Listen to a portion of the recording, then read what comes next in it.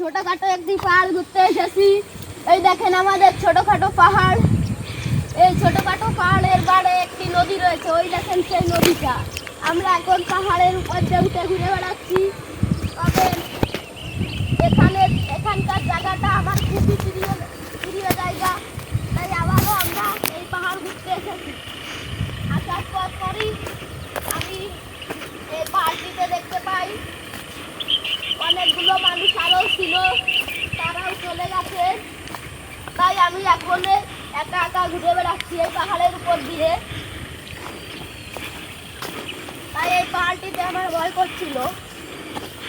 তখন আমি দেখতে পাই একটা হাঁস মরা এই নদীটি দিয়ে হেঁটে যাচ্ছে, মানে একটি হাঁস মরে নদীটি দিয়ে ভেসে যাচ্ছে। ভাই এত উপর, পাহাড়টা এতই উঁচু যে এর ওপর থেকে একটা মানুষ পড়ে গেলে সে মৃতও হতে পারে। তাই আমরা খুবই সাবধানে হাঁটছিলাম এই পাহাড়টির উপর দিয়ে। হাঁটতে হাঁটতে অনেক সময় পর আমরা অন্য একটি পাহাড়ে যাব।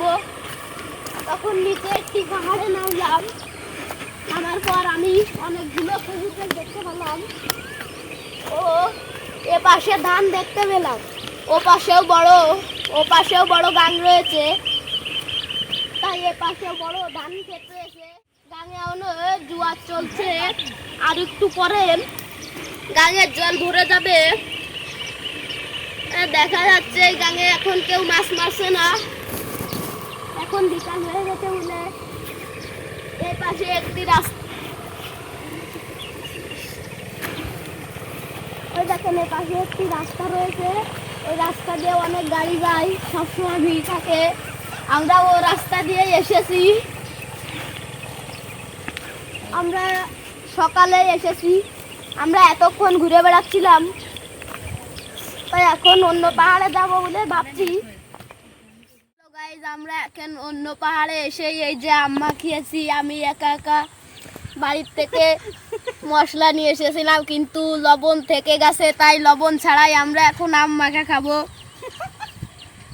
এখানে আর কেউ আসেনি, আমি আর ক্যামেরাম্যান আর আমি এই আম মাখা খাবো। আমরা আগে এসে আমের সাথে খেজুরও খাচ্ছি, তার সাথে টমেটো খাচ্ছি। এইগুলো দেশি খেজুর কাঁচাই খাওয়া যায়।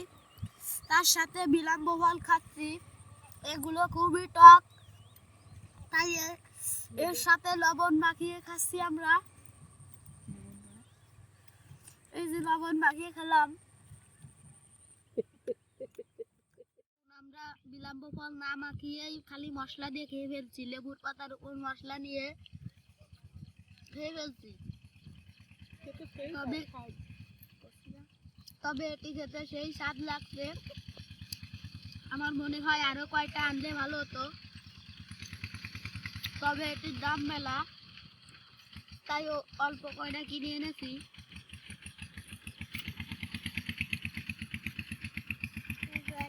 এটি টক এবং ঝাল আর লবণ দিয়ে এটি খেতে খুব ভালো লাগছে। তাই ক্যামেরাম্যানও বলছে যে আর কয়টা কিনে আনলে ভালো হতো।